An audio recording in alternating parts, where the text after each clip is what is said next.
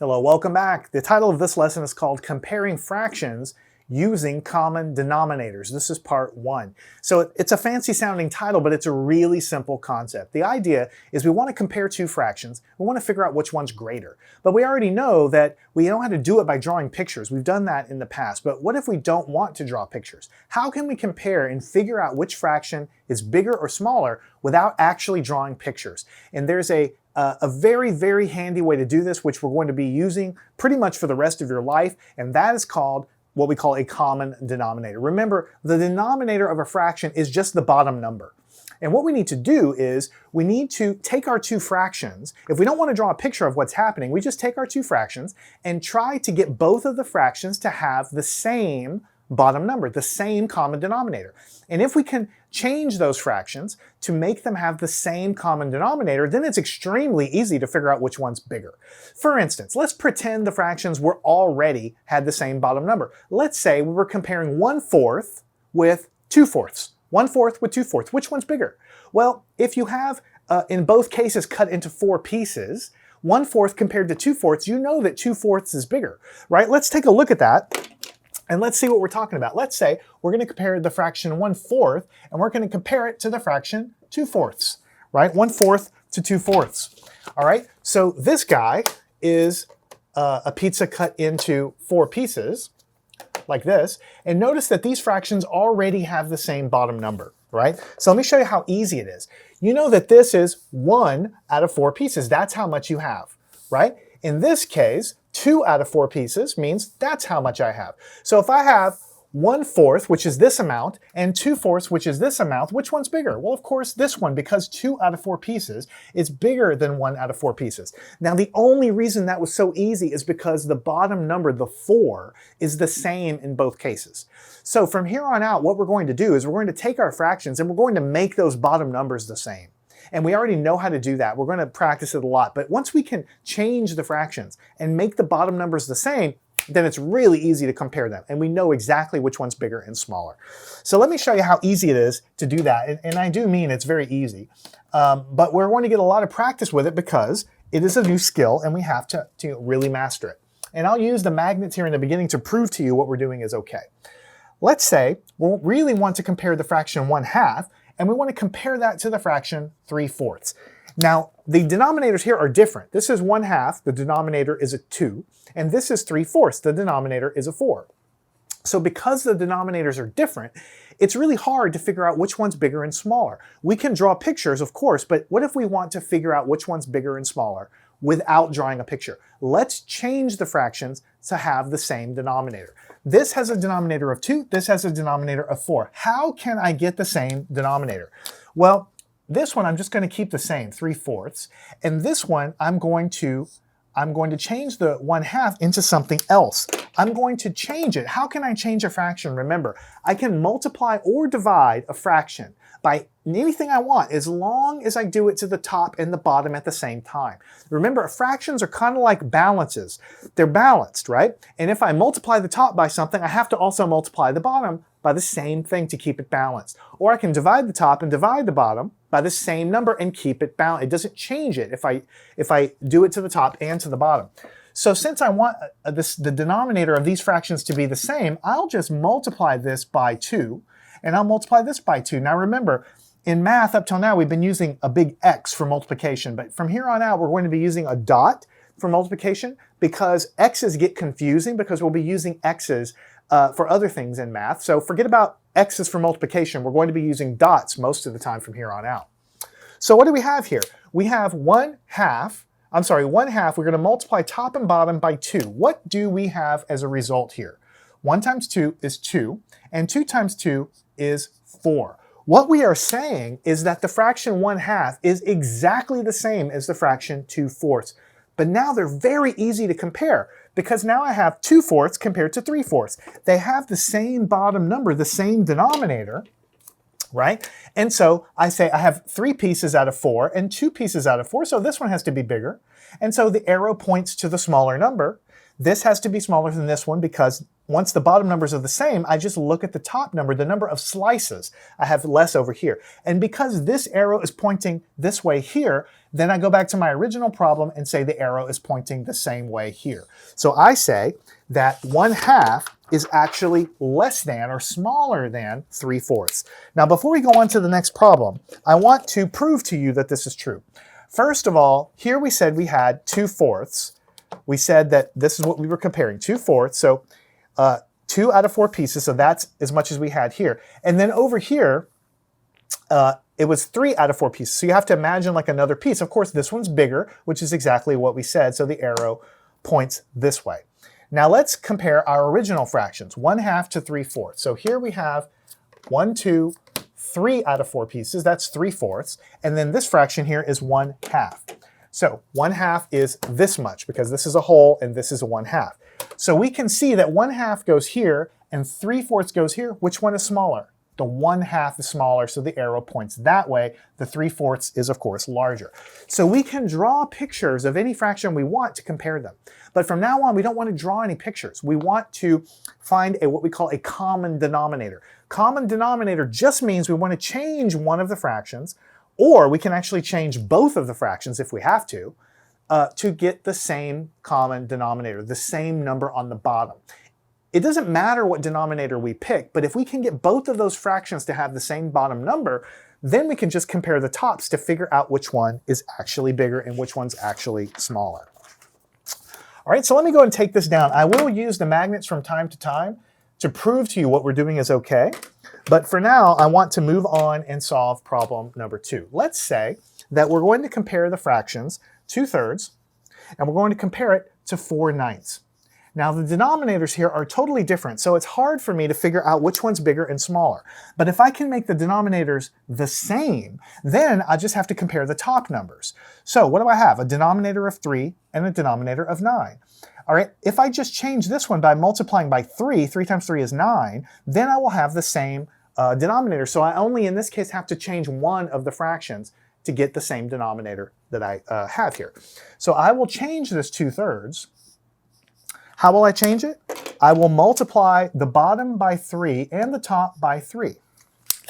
When I do that, what am I going to get? 2 times 3 is 6, and 3 times 3 is 9. The only reason I did this is because I want the same denominator as what's over here, which was 4/9. So now, instead of comparing these fractions, I'm going to compare these new fractions, which is way easier. Because if I have a pizza cut into 9 slices, and I have 6 of them, and I have another pizza cut into also 9 slices, but I have 4 of them, which one's bigger? Well, of course, this one's bigger. It has more slices. The slices are the same size. So this one's bigger, this one's smaller, arrow goes that way.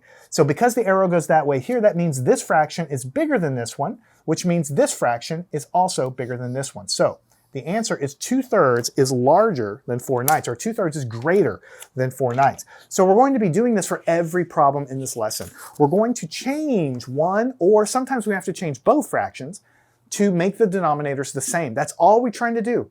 And we can multiply or divide a fraction by anything we want, any number, as long as we do it to the top and to the bottom at the same time. Then we can get the denominators to match, and then it's very easy to figure out which one's bigger. Let's say we have the fraction 4/6, and we'll compare that to the fraction 2/3. All right, so we have a denominator of 6 and a denominator of 3, so we need to change it. We know that 3 times 2 is 6, so we can multiply this fraction by 2, and that will give us a common denominator of 6. So let's go over here and say, well, we'll just keep the 4/6 in place, and we'll take the 2/3, and we'll change it by multiplying the top and the bottom by something. Let's multiply this by 2, and then we have to also multiply the top by 2, and we'll change this fraction to become, on the top, 2 times 2 is 4, the bottom is 3 times 2 is 6. So what we're saying is the fraction 4/6 is the same exact amount of stuff as the fraction 2/3, but now the denominator is the same as this. And because the denominator is the same, we can just very easily compare them. Because now I have 4 slices out of 6, and I have 4 slices out of the 6, and look here, it didn't appear in the beginning, but actually these fractions are the same. And that means the original fractions are also the same. So when we have 4 out of 6 pieces of something, it's exactly the same amount as having 2 out of 3 pieces. And again, I'm not going to do this for every single problem, but I am in the beginning going to show and prove to ourselves that what we're doing is correct. So we have 4 out of 6 pieces. So that means we have 1, 2, 3, 4 out of 6 pieces. Here we have 2/3. So let me grab my fraction 4/3, which is over here. And so I have here a pizza cut into 3 pieces. Let me take 2 of them. And so what we're saying is these are the same. So if I put them on top of each other, you can see that they are exactly the same. That 4/6 is exactly the same as 2/3. I just changed this bottom denominator to a 6. Once I have the denominators the same, all I have to do is look at the top numbers. I have 4 slices out of 6 in both cases. And that is how I know that they are the same. All right, from here on out, I'm not really going to use the magnets anymore, so I'm going to kind of take them away because we need to kind of get out of the habit of drawing pictures for everything. Pictures are good, but we don't want to draw a picture for everything. We want to be able to do this without drawing pictures every single time. So let's do it here. Let's say we have the fraction 6/10, and we're going to compare that to the fraction 2/5. We want to figure out which one is bigger. I have a denominator of 10 and a denominator of 5. I need to have the same denominator. How can I get the same denominator? Well, I know that 5 times 2 is 10, so all I have to do is multiply this fraction by 2, and that will give me a denominator of 10. So I'm going to compare 6/10 to, I'm going to change the fraction 2/5 by multiplying it by the top by 2 and the bottom by 2. And that means this fraction is the same as the fraction 4/10. 2 times 2 is 4. 5 times 2 is 10. And now instead of comparing these, I'm going to compare these. The denominators are the same, but here I have 6 pieces out of 10, and here I have 4 pieces out of 10.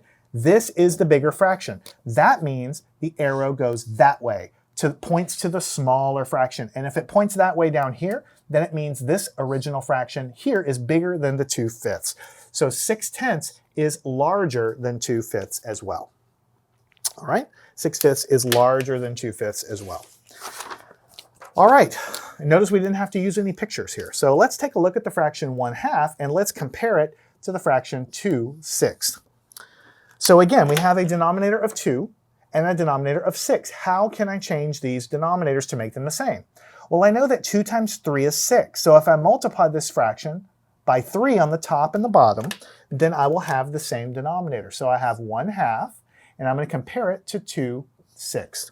But I'm going to change this fraction, and I'm going to multiply the top by 3 and the bottom by 3. Why am I doing that? Because then the fraction will actually be 3 out of 6, because 1 times 3 is 3, 2 times 3 is 6. So now the denominators here, the denominators are the same, 6 pieces. And here I have 3 pieces out of 6, and here I have 2 pieces out of 6. This is the larger fraction. It points to the smaller fraction, and so that means the arrow goes this way. 1/2 is greater than 2/6. 1/2 is greater than 2/6. All right, that is the halfway mark. We have more problems, of course, but it's really important for us to do this a lot of times. So let's take a look at the fraction 3/10, and we're going to compare it to the fraction 1/3. 3/10, I'm sorry, not 3/10. The fraction here is not 3/10. Sorry about that. The fraction is 3/12, and we're going to compare it to the fraction 1/3. So we have a denominator of 12, denominator of 3. I can get the same denominator by just taking this fraction and multiplying by 4 on the bottom and 4 on the top, because 3 times 4 is 12.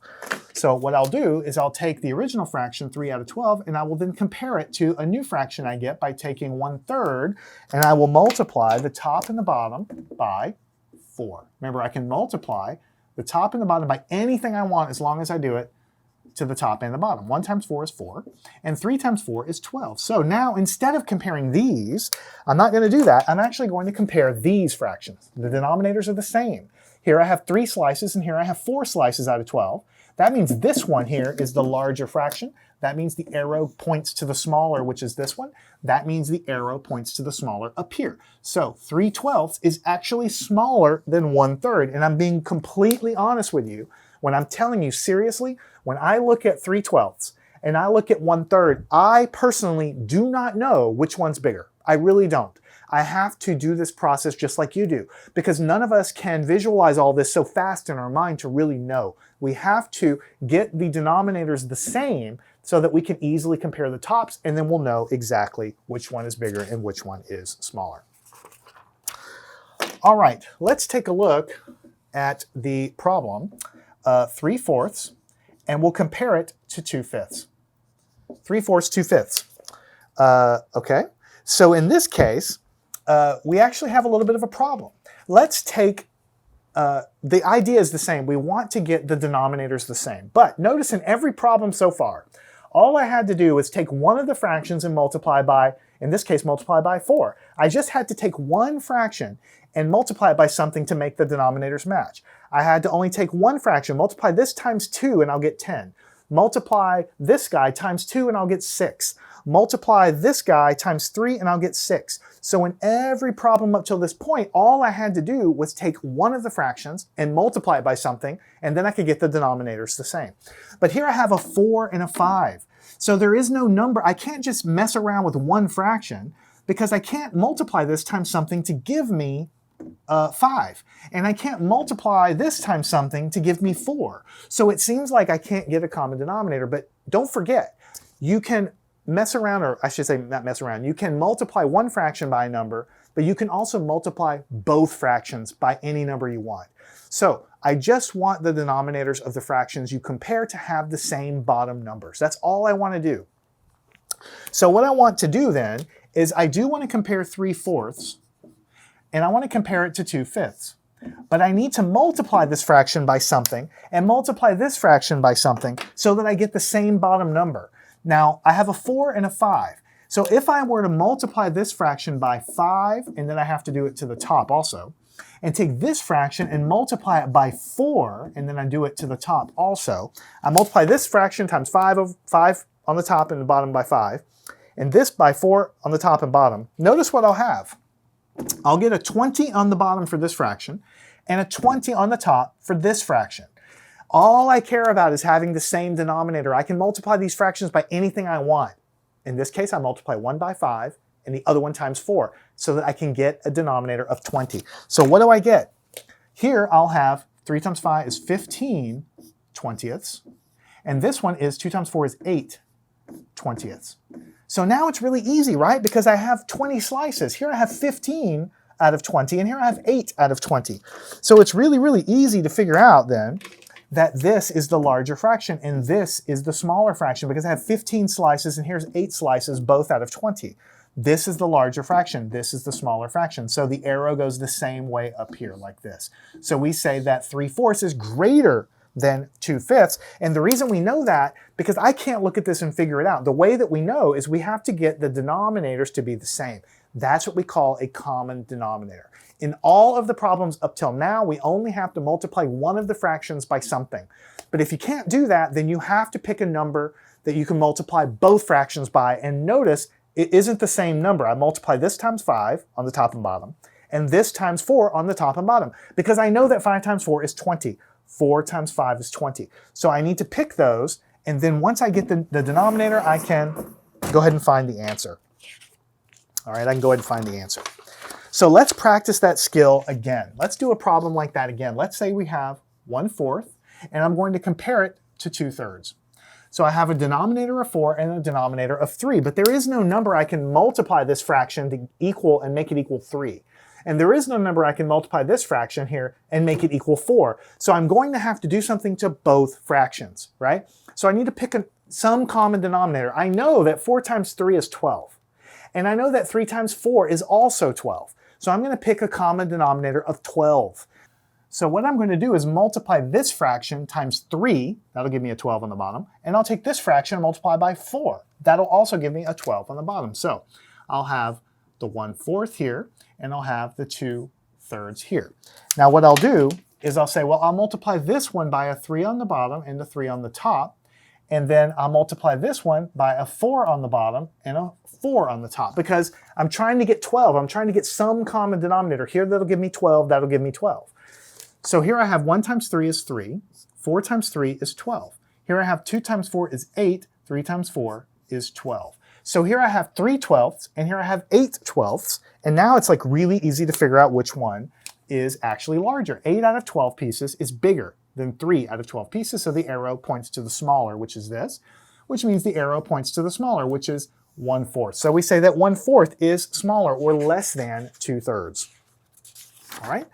So we have to pick a common denominator and try to multiply both fractions by that same thing to get us what we're looking for. or by, I shouldn't say by the same thing. We can multiply each fraction by different numbers, but we have to do it to the top and the bottom the same of each fraction, but we're just trying to get that denominator to be the same for both fractions.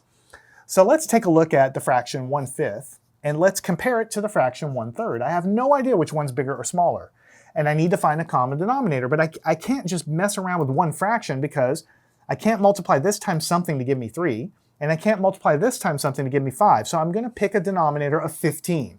Why 15? Why not 12? Well, it's because I know that 5 times 3 is 15. And I know that 3 times 5 is 15. So I can easily make the bottom of these fractions the same. 1/5, and then this will be 1/3. And then I'm going to multiply the fractions by this. I'll multiply 5 times 3. Okay, that'll give me on the top 3 and on the bottom 15. So 1 times 3 is 3, and 5 times 3 is 15. This one I will multiply by, instead of that, I'll multiply this by 5 on the top and 5 on the bottom. That'll give me 1 times 5 is 5, and 3 times 5 is 15. All I'm trying to do is get the same bottom number. Now I can say that 3 pieces out of 15 is much smaller than 5 pieces out of 15, so the arrow goes that way. Okay, 3/15 is less than 5/15, and that means the arrow goes the same here because this fraction is the same as this, and this fraction is the same as this. So the arrow has to go like this. 1/5 is smaller than 1/3. All right, now here's our final problem of this lesson. We'll kind of go off here to the side to solve it. Let's say we have 5/6, and we'll compare it to 1/8. Now I have no idea by looking at this which one's bigger, 5/6 or 1/8.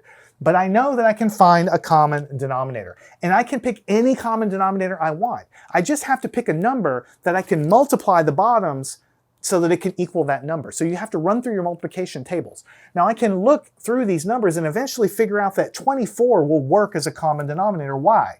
Because 6 times 4 is 24. And 8 times 3 is 24. So I'm just trying to pick a number that I can multiply those fractions by to give me as a common denominator. So I can pick 5/6, and I have 1/8, and I'm going to pick the denominator of 24 because I know that 6 times 4 is 24. So I'll multiply this by 4 on the top and 4 on the bottom. And I can say that 8 times 3 is 24. So I pick that as my common denominator, multiply by 3 on the top and 3 on the bottom. What does that give me? 5 times 4 is 20. 6 times 4 is 24. 1 times 3 is 3. 8 times 3 is 24. Now I have a denominator that is exactly the same. And it's very easy to see that 20 out of 24 pieces is much bigger than 3 out of 24 pieces. So the arrow goes this way. This is the smaller fraction. This is the bigger fraction. So the arrow goes the same exact way. 5/6 is much bigger than 1/8. So 5/6 is much bigger than 8.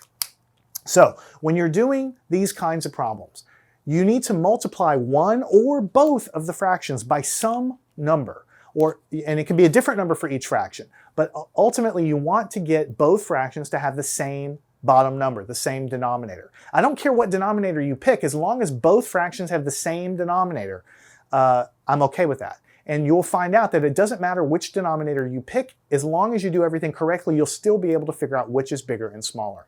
Once you then get a common denominator, then it's very easy to compare the top numbers, the numerators, to figure out what's bigger. And then the arrow goes the same way as you write down the answer for your original problem. So I want you to watch this lesson a few times if you need to. I want you to practice and get correct every one of these problems. Make sure you understand kind of what I'm trying to teach you here, and then follow me on to the next lesson. We'll get a little more practice with comparing fractions using the idea of a common denominator. And by the way, we're going to be using this idea of a common denominator later on when we learn how to add fractions. So you have to learn this no matter what, even if you don't care about this particular idea. In order to add fractions, we have to use this idea.